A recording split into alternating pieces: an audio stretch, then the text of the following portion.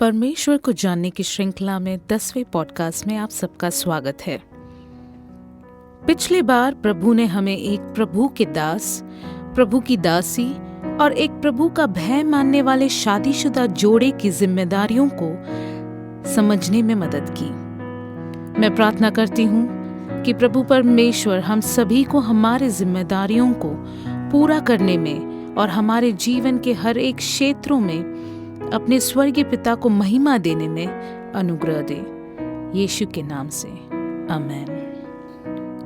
उत्पत्ति पहला और दूसरा अध्याय में हम देखते हैं कि केवल परमेश्वर ही आदम और हवा के साथ संगति में थे, लेकिन अध्याय तीसरे में हमें हमारे दुश्मन और हमारे विरोधी शैतान से मिलवाया जाता है, जिसे इस वचन में सर्प या सांप के रूप में प्रदर्शित किया गया है, जिसके प्रलोभन के काम ने अदन वाटिका में जीवन का नाश कर दिया।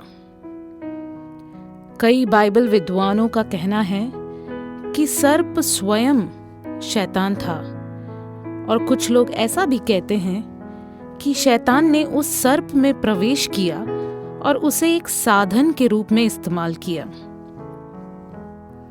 हालांकि यह उत्पत्ति में स्पष्ट नहीं किया गया है, लेकिन पवित्र शास्त्र के प्रकाशन पुस्तक से हमें ये पता चलता है कि यह सांप और शैतान एक ही हैं। आइए प्रकाशन 12वां अध्याय उसका 9वां वचन पढ़ें।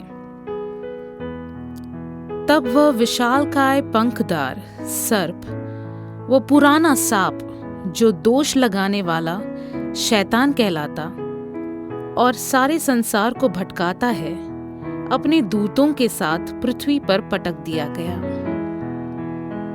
खैर, सर्प स्वयं शैतान था या शैतान ने सर्प में प्रवेश किया, यह आज का विषय नहीं है।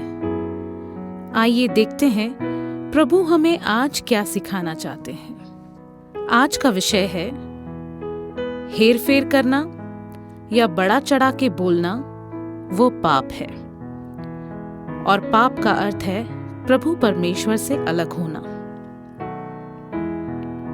इस विषय के लिए प्रमुख पद उत्पत्ति 3 अध्याय 2 और 3 वचन है, जो कहता है, स्त्री ने सांप को उत्तर दिया, हम इस वाटिका के पेड़ों का फल खा सकते हैं, परंतु परमेश्वर ने कहा है, बगीचे के मध्य में लगे पेड़ का फल न खाना, उसे स्पर्श भी नहीं करना, अन्यथा तुम मर जाओगे। इससे पहले कि हम आज के लिए इस विषय पर गहराई से खुदाई करें, पहले आइए देखें कि प्रभु ने इस विषय में किस प्रकार आदेश दिया था। वो हमें उत्पत्ति 2 अध्याय 16 और 17 में दिखाई देता है, जो कहता है, प्रभु परमेश्वर ने मनुष्य को आज्ञा दी, तुम बगीचे के सब पेड़ों के फल निसंकोच खा सकते हो, पर भले बुरे के ज्ञान के पेड़ का फल न खाना, क्योंकि जिस दिन तुम उसका फल खाओगे तुम अवश्य मर जाओगे। और जब हम दोनों वचनों की तुलना करते हैं तो यह सीखते हैं कि प्रभु परमेश्वर की आज्ञा और उनकी बोली को कितनी आसानी से बदला जा रहा है।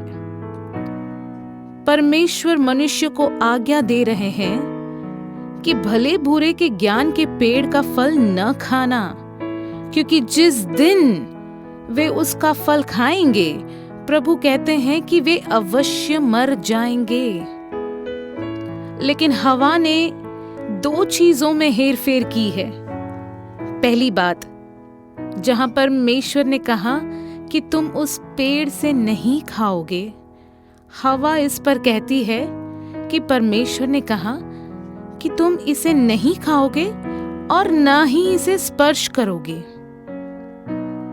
हम यहाँ कुछ शब्दों के जोड़ने और बड़ा चढ़ा के बोलने की आदत को देखते हैं। और दूसरी बात जिसमें हवा ने हेरफेर की वो ये है, जहां परमेश्वर कहते हैं, जिस दिन तुम इसे खाओगे तुम निश्चित रूप में मर जाओगे। लेकिन हवा इस वाक्य को इस प्रकार कहती है कि तुम मर जाओगे। सिर्फ इतना ही कहती है कि तुम मर जाओगे। यहाँ हम देखते हैं कि परमेश्वर ने कहा जिस दिन खाओगे उसी दिन मरोगे, परंतु हवा उस दिन नहीं बल्कि भविष्य के बारे में बात करते हुए दिखाई दे रही है।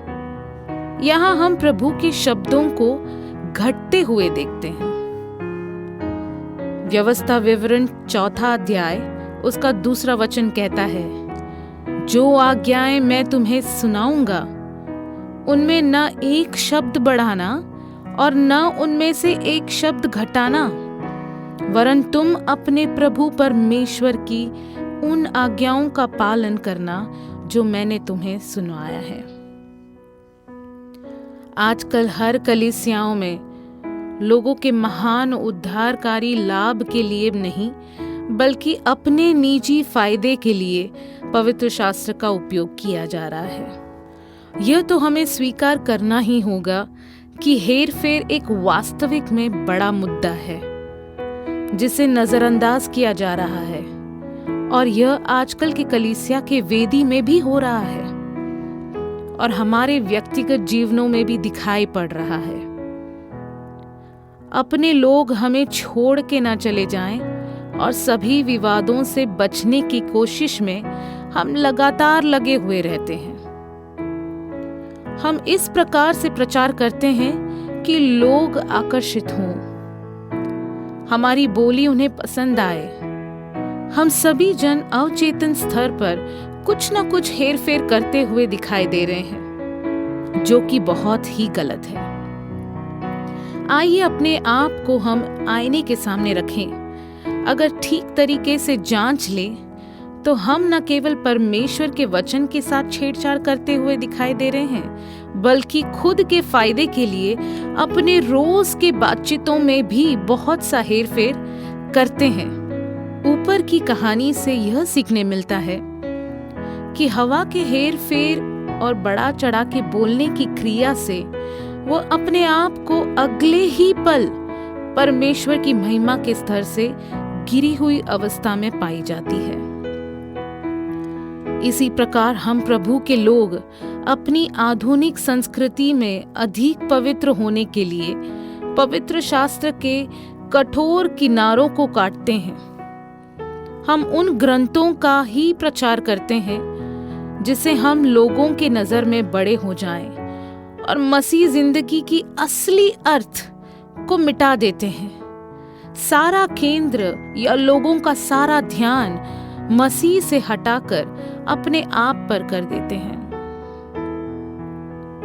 लोगों को मूर्ख बनाना बहुत आसान है, लेकिन परमेश्वर को नहीं।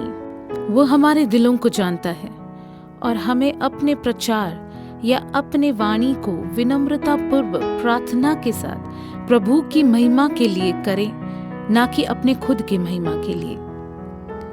आइए हम सब मिलकर सिर्फ सच ही बोलें और सच के सिवाय कुछ न बोलें। शैतान के धोखे के प्रति सचेत रहें और आधा सच की जिंदगी ना बिताएं, क्योंकि आधा सच और हेरफेर ये प्रभु के बच्चों का चरित्र नहीं है।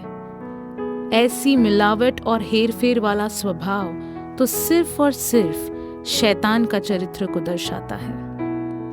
प्रभु आप सबको आशीष दे।